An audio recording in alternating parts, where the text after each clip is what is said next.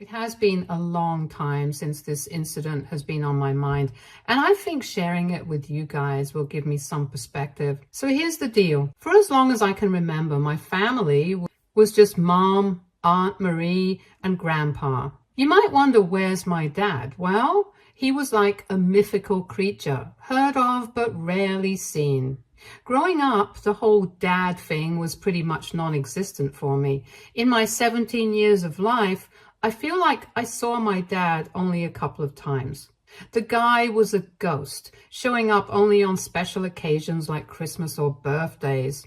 He'd swoop in with presents, act like Father of the Year for a hot minute, and then poof, gone again.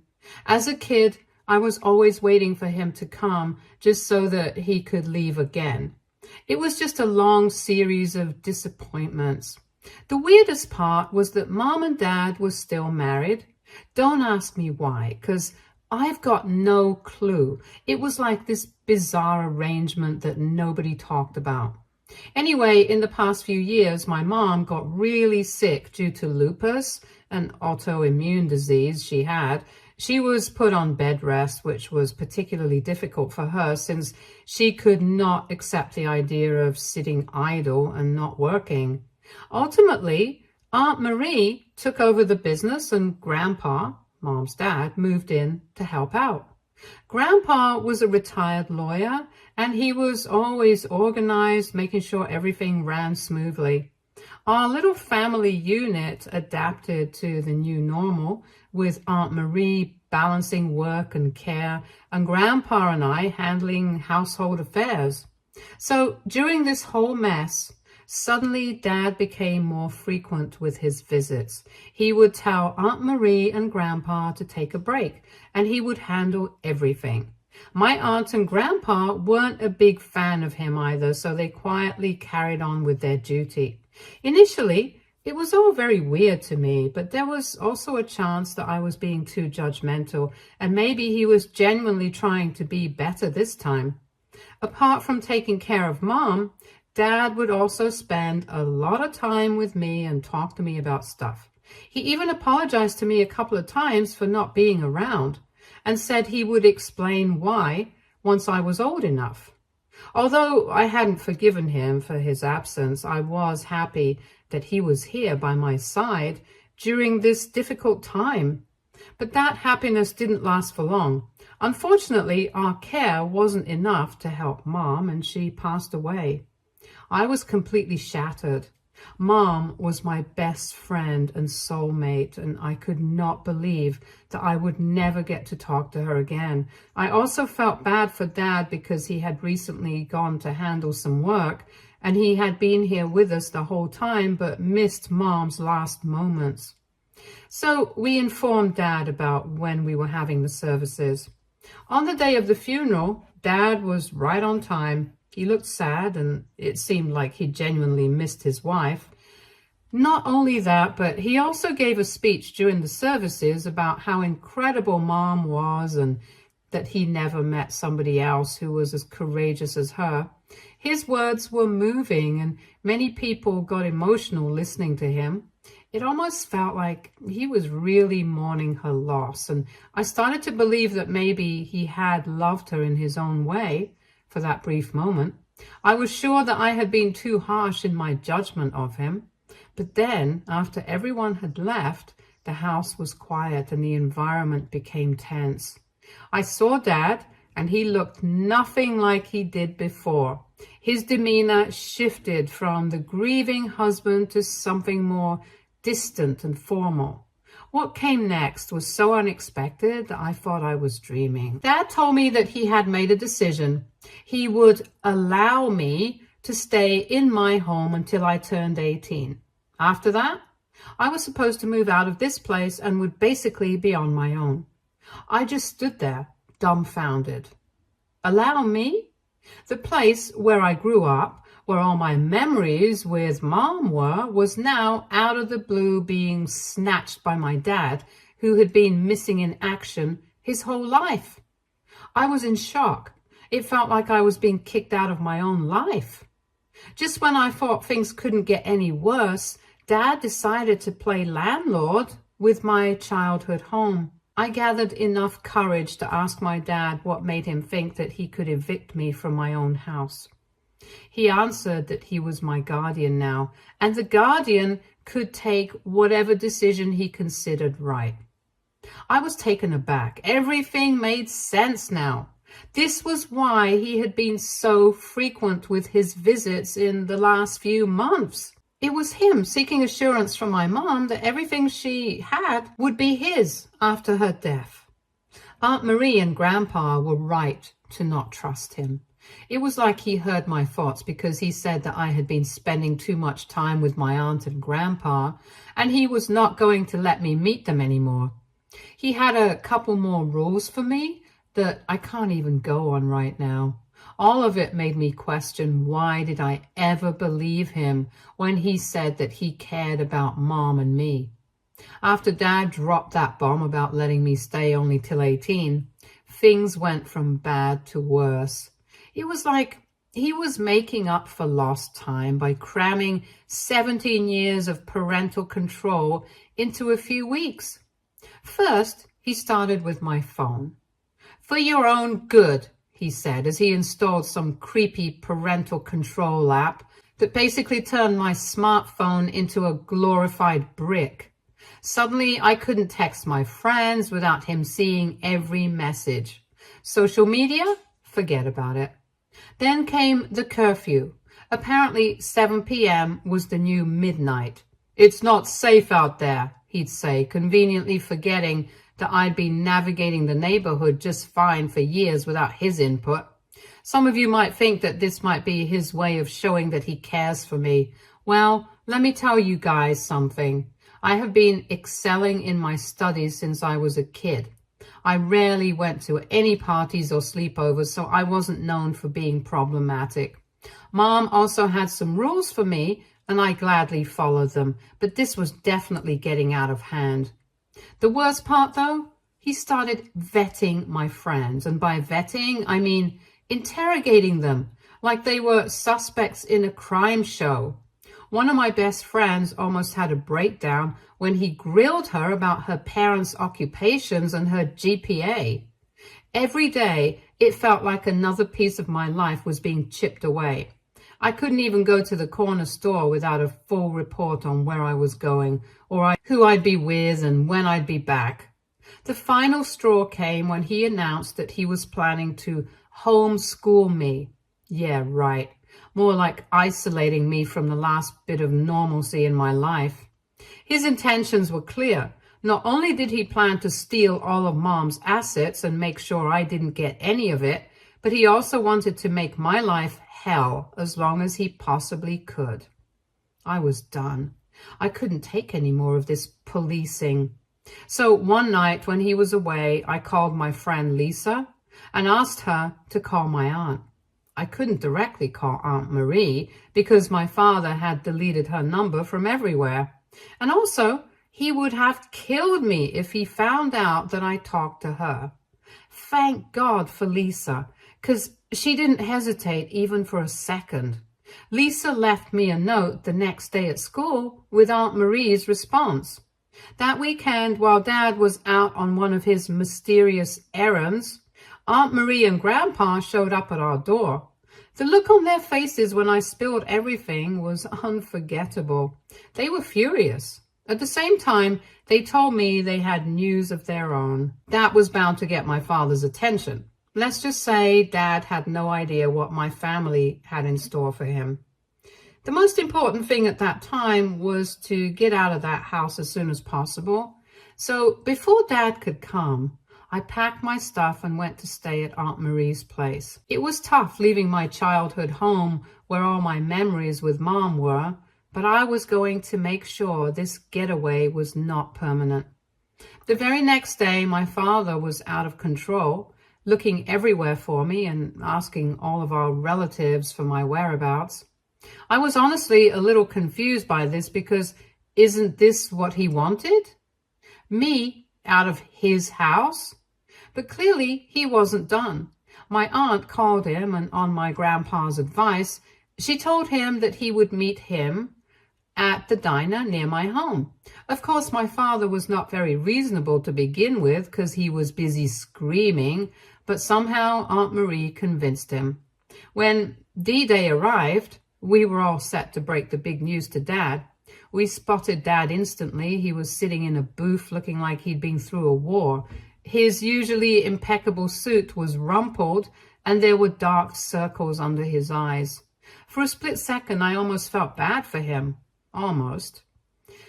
The second Dad laid eyes on me, he exploded. He jumped up, causing a scene that had every head in the diner turning our way. He was enraged, and I could do nothing but hide behind Grandpa. Aunt Marie, thank God for her, stepped in like a boss. She shut Dad down with just a few words and a look that could freeze hell over. It was pretty impressive, actually. She managed to make Dad sit his butt back down without even raising her voice. As we all slid into the booth, the tension was so thick you could cut it with a knife. Dad's eyes were darting around like a cornered animal, especially when he noticed the thick manila envelope Grandpa was carrying. You could practically see the gears turning in his head as he tried to figure out what was going on. I was as impatient as you might be while reading this because they hadn't told me anything either. That's when Grandpa dropped the first bomb. He told Dad that Mom knew. She knew everything. At that moment, I was even more confused than Dad. He tried to play dumb, but the panic in his eyes was a dead giveaway. He knew exactly what Grandpa was talking about. Aunt Marie then laid it all out. Dad stole money from Mom's company, but that wasn't the biggest news. Before I could process anything, I was told that Dad had another family in Nebraska. Everything. I felt like I'd been sucker punched. Other family? Embezzlement? Just when I thought this whole situation couldn't get any more messed up, it did. My head was spinning trying to process all this new information. Apparently, I knew nothing about Dad. But Grandpa wasn't done. He pulled out a stack of papers from the envelope and explained that Mom had made some arrangements before she passed. The house, the business, everything. It was all in a trust for me. Dad had no claim to any of it as Aunt Marie was in charge of it. As Dad flipped through the documents, his face went pale. He, of course, tried to bust his way out of it. He claimed it couldn't be legal and threatened to fight it, but Aunt Marie shut that down real quick. She hinted that if he tried anything, the IRS and his other wife might find out about his creative accounting. That shut him up pretty fast. Everything that was happening was so surreal. As a kid, I told myself that Dad was a busy guy and his job came in the way of him being with his family all the time. But no, all this time he had a family to spend time with. Another wife, maybe even another kid. It broke my heart that he was capable of loving and caring, just not for me and my mom. Anyway, Grandpa laid out the terms. If Dad walked away and signed the papers renouncing any claim to Mom's estate, they'd keep his secrets. If he fought it, well, let's just say the implications were clear. Dad didn't really have a choice, and he understood that clearly, but he didn't need any reason to make a scene. In classic narcissist fashion, he lashed out and started to scream at my aunt and grandpa, call them liars and cheaters and whatnot, because they were stealing money from Mom. Funny coming from him. Grandpa tried to calm him down by reminding him that we were in public. But there was no chance Dad was going to listen. When his unnecessary shouting didn't work, he started telling me that he always loved me and he knew that he made a mistake but was willing to work on everything. That was followed by a meaningless apology for isolating me in my own home and a promise that my home would not be taken away from me. He brought up Mom trying to use her memory as emotional leverage. He started talking about how much she would have wanted us to be a family and how she always believed in second chances. If he had said all of this to me earlier, I would have forgiven him. But now he had backstabbed me, and he was not getting away with it. A normal, sane human being would probably give up by now and accept defeat. But Dad? He brought up his other family in this god-awful discussion, and that they would become homeless if I didn't help them. Dad knew that I wouldn't want to punish innocent people for his mistakes, and this manipulation could work.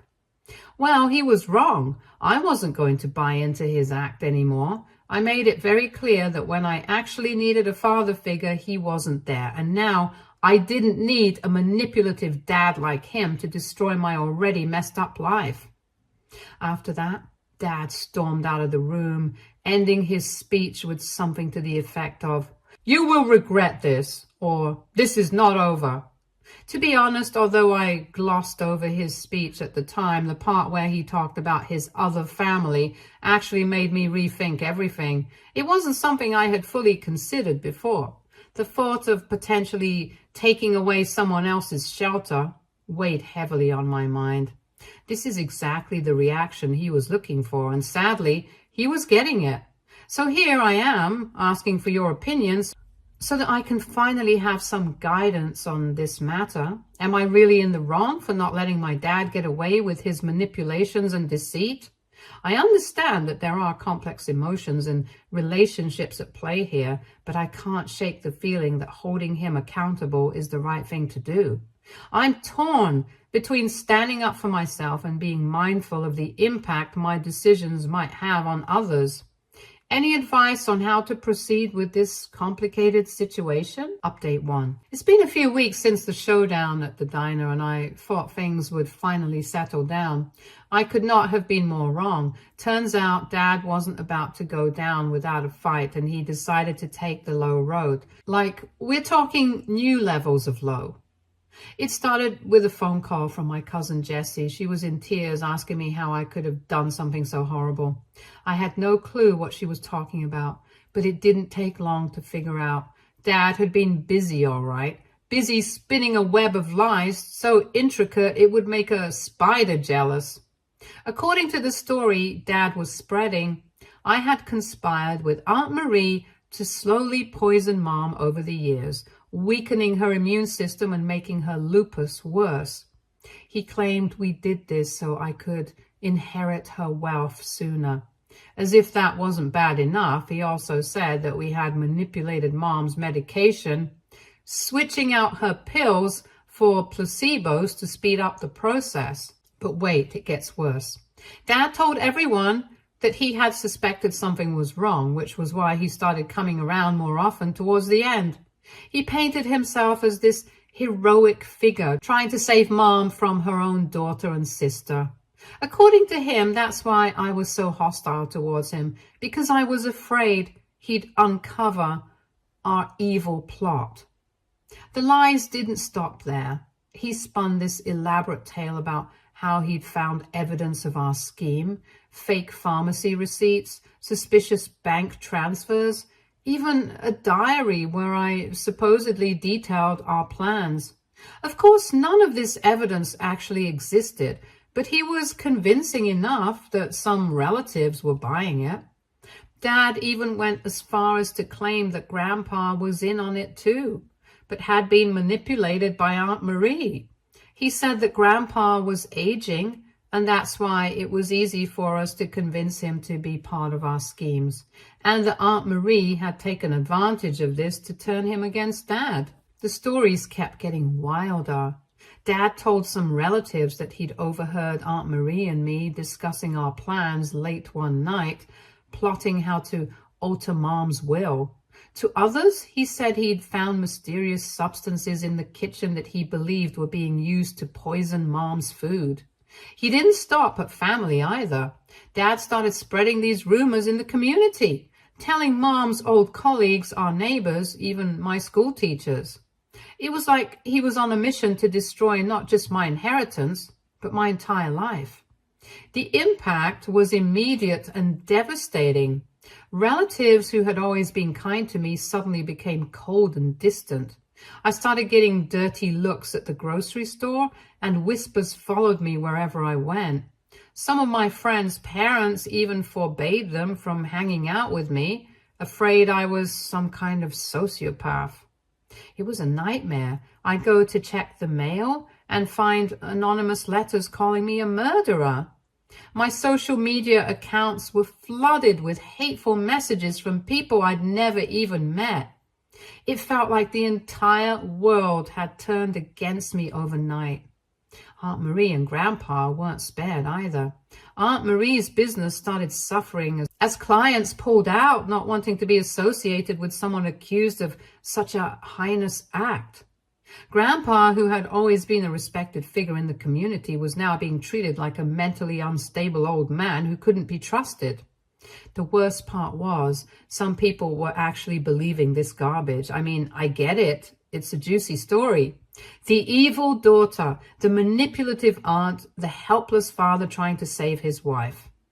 It's like something out of a bad soap opera. But this was my life, and it was being torn apart by these lies. We tried to fight back, of course. We released statements showing people Mom's medical records, even had her doctors confirm that her treatment had been standard and her decline was due to the natural progression of her disease. But you know how it is. Lies travel faster than the truth, especially when they're this sensational.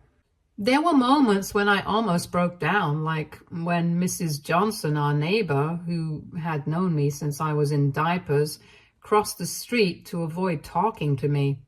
Or when I overheard my childhood best friend's mom telling her to stay away from that murderer girl. It felt like my entire world was crumbling around me. But you know what? As horrible as it was, it only showed me who my real friends were. A small group stuck by me, refusing to believe the lies no matter how convincing they seemed. They became my rock, reminding me of who I really was when the world was trying to tell me otherwise. It's safe to say my family and I are not giving up. We know that Dad is not smart enough to cover all the cracks in his story, and I'm sure we will find some of it. Till then, I'm grateful to all of you for listening to my rant. I'll be back very soon. Update 2. After the chaos Dad unleashed with his lies, Aunt Marie and I decided it was time to go on the offensive. We needed to find out the whole truth, and that meant tracking down Dad's other family. Aunt Marie, as it turned out, had some serious detective skills. We started with the little information we had, a city name and a vague recollection of Dad mentioning a Linda once. It wasn't much, but Aunt Marie worked her magic. She cross-referenced Dad's credit card statements and social media check-ins, and even dug up some old mail forwarding requests. Within a week, we had an address. So as the weekend rolled around, we drove to the suburban neighborhood where Dad's other family possibly lived. After a little cruising in the neighborhood and asking people for a lady named Linda, we found her place. When Linda opened the door, the confusion on her face was clear as day as we introduced ourselves. When I revealed that her husband was my dad, she initially thought it was some elaborate prank, but then we showed her the proof. Photos, legal documents, and some other stuff that we had. We watched as the realization dawned on her face. We told her that we had some matters that we wanted to discuss with her. She invited us in, and our conversation about everything began. Apparently, Linda and Dad were not married. They were in a relationship for the past 15 to 16 years, which basically means Dad had been cheating on Mom ever since I was born. I also met her kids, who look kind of like me, which was just one more weird thing in my life right now. As we sat in their living room, surrounded by family photos that felt both familiar and alien, we told them everything. Mom's illness, Dad's absence, the inheritance drama, and his recent smear campaign. Linda was just as stunned as we were. She confessed that she had always wondered about Dad's job. The money never quite added up. But with 2 kids and all the bills, She hadn't wanted to question it too much, and as we talked, more pieces of the puzzle fell into place. Dad had told Linda he was an international business consultant, which explained his frequent absences. He'd even created a fake company website to back up his story. But there was more. Dad had been telling Linda that he had a chronic illness that required frequent hospital stays. That's how he explained his absences to her. He'd even gone as far as to fake medical documents and had Linda drop him off at the hospital for treatments. The more we talked, the more we realized how expertly Dad had played us all. He'd created two completely separate lives, using our trust and love against us.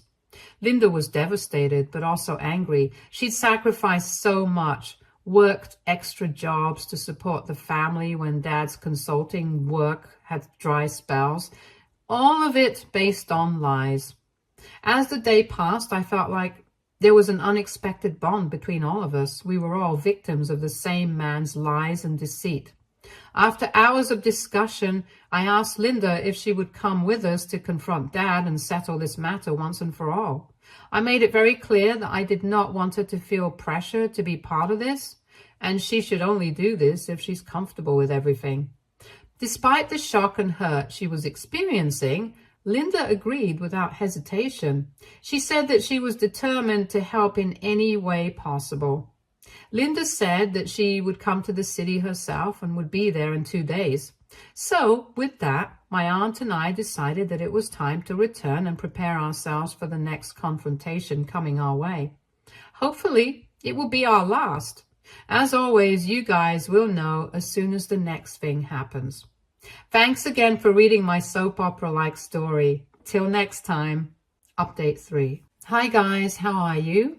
I finally confronted my dad about everything, but before we get into that, I also wanted to address some questions about Linda.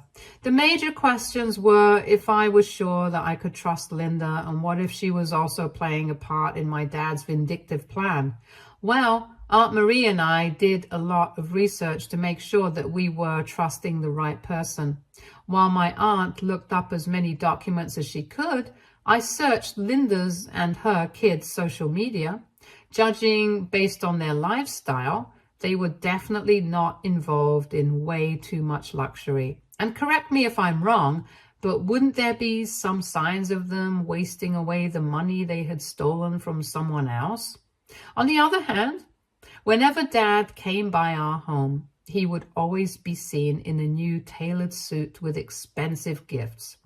Also, Linda seemed genuine. My mom had to take care of everything in her life, and even though she had Grandpa and Aunt Marie by her side, it was still hard. I can't even imagine how difficult it must be for Linda to take care of her two kids while her partner was missing in action. I sympathized with her state and wanted her to know the truth so that both of us could move on for good. Anyway, getting back to what happened with Dad. After Linda arrived, the four of us, Grandpa, my aunt, Linda, and I, paid him a visit at the same diner where he made a scene last time.